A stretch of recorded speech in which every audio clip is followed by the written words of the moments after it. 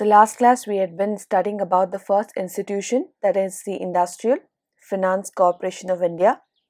So next up, the next institution for the chapter is SFC, otherwise called as State Financial Corporation. Now we know that Industrial Finance Corporation of India, that is IFCI, was set up to cater to the financial needs of industrial concerns in large scale and cooperative sectors, whereas the attention was not paid to small and medium scale industries. So that has been recovered by setting up state financial corporations to meet what? Financial needs of small and medium enterprises. Is that clear? So remember that IFCI catered for what needs? Large and cooperative sectors. What does SFC focus on? SFC focus on small and medium scale enterprises, and also IFCI focuses on the overall economy. Then IFCI, it is impossible to focus on each individual small scale industries in various states in India, correct? So it is very difficult to prioritize every small and medium scale enterprises. So in that case, Government of India had passed the State Financial Corporation Act in the year 1951, so that it empowers, that act empowers each state government to establish developmental banks for their respective regions. For example, Karnataka state has its own State Financial Corporation. I mean to say Karnataka State Financial Corporation. It's going to be KSFC. Okay, depending on each state, it can be Maharashtra, it can be Kerala, Tamil Nadu, etc. So this act has given power, state powers to the state governments to establish its own state developmental bank. That way, these SFCs then can focus individually state-wise industries or state-wise enterprises. Is that clear? So as of now, there are at present 18 SFCs. That means 18 states have used this act or have been empowered to establish the state financial corporation in their respective states. Especially if we can observe, few states are very good at growing certain crops or growing or manufacturing certain goods, right? They have a good scope, certain states in making India a manufacturing hub.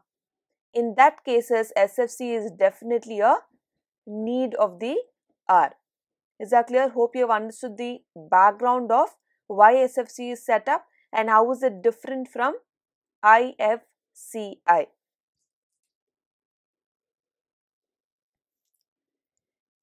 Next, we have the objectives. First one is to provide long and medium term loan repayable ordinarily within a period not exceeding 20 years. If you can recall, for IFCI, what was the maximum period of credit they can borrow? 25 years, correct? Now here, for SFC, the main aim is to provide financial assistance in the form of long and medium term loans repayable at the period of 20 years. Number 2, grant financial assistance to any single industrial concern under corporate or cooperative sector with a upper limit of 60 lakhs, and any other case, that is partnership firm, Hindu undivided family, the upper limit is 30 lakhs. So here they have subdivided the financial assistance into two categories. One is for the corporate sectors and one is for the small scale, that means partnership or traditional family businesses, that is called as Hindu undivided family. You commonly call it as HUF, right? So they made two categories here, whereas for the small scale, that is the HUF or partnership, the maximum limit they can borrow is 30 lakh rupees. On the other side, for the larger sectors, that is corporate or cooperative sectors, the larger limit is, the maximum limit is 60 lakh rupees. Is that clear?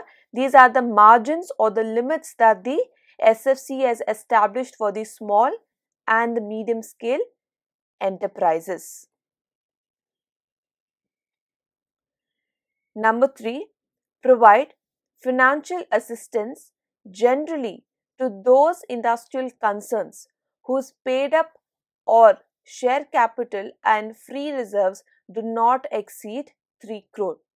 Now 3 crore to our sense or to our understanding may be a very huge amount, but let's look at this amount from the eyes of industries who have been established on a larger scale. Okay, for them 3 crore is nothing, right?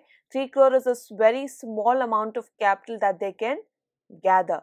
So here we see that SFCs provide financial assistance generally to those industrial concerns whose paid up share capital, that means as combined your capital, that is presently what you have subscribed from the society, and also the free reserves, that means the backup of profits that you have from the last couple of years, as a combination together do not exceed 3 crore.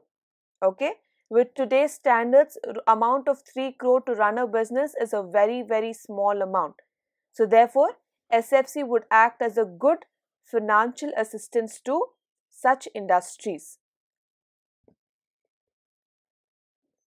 Number 4, to lay special emphasis on the development of backward areas and small scale industries.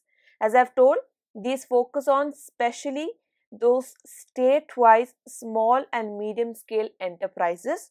Now here SFC pays special emphasis because we need, when we say the economy is developed, it's not just few cities, it's not just few class of people getting developed, but we would like to focus on the overall development. How is it achievable? By focusing on backward areas or rural areas. Start providing employment or some skill set activities to those in the backward areas. Yes, they suffer from poverty or they suffer from lack of literacy or being civilized, but when you teach them a skill or learn to make their own living, then they would start being employed and also start providing for their own families. So that way, not only is through their skill, not only have they got employed, but also they're helping the nation to be developed. So that is why state financial corporations focuses on what? Backward areas and small scale industries. Not to neglect, even though let's say their turnover is just 100 units per month. On speaking on a larger scale as an economy, an industry having a turnover of just 100 units per month, it might be looking very small or might be looking negligible. But then when you start valuing such small or tiny industries, it will really in the future move into a larger scale industry. Today, whatever big industry that we call as, it can be Reliance Trends, it can be Reliance, or it can be uh, a lot of other big industries, it can be software. Everything started off with being little. Everything started off with being small on a smaller scale. So we cannot neglect the small scale or the backward areas activities such as industrial activities. We need to focus and provide them all kind of assistance or all kind of guidance that the government needs to provide. Because what happens is, when such backward areas, just because they're just producing let's say 100 units or 200 units per month, and no government or bank is able to provide financial assistance, they will stop manufacturing even that. Okay, and slowly if bank does not, for us that might be a small quantity, but for those backward areas or that small scale industry, that's a huge achievement for them. Having 200 units for 1 month manufacture is a huge achievement for them.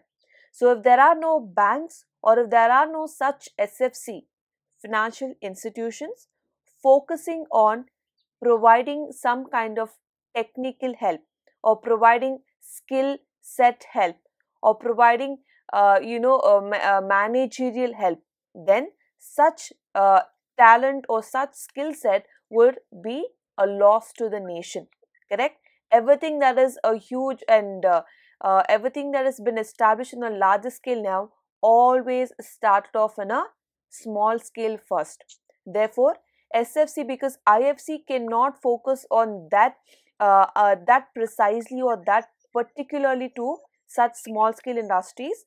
That is why Government of India has launched and given the power to every state in India. Be 29 states, all the 29 states have given equal power in order to what? Use this act in establishing a state-wise developmental bank. Now, the very purpose of this bank is what? Developmental bank. If the bank or if this institution is not able to provide financial help or able to encourage those small and tiny industries, the very purpose of setting up the institution has failed. Definitely has failed.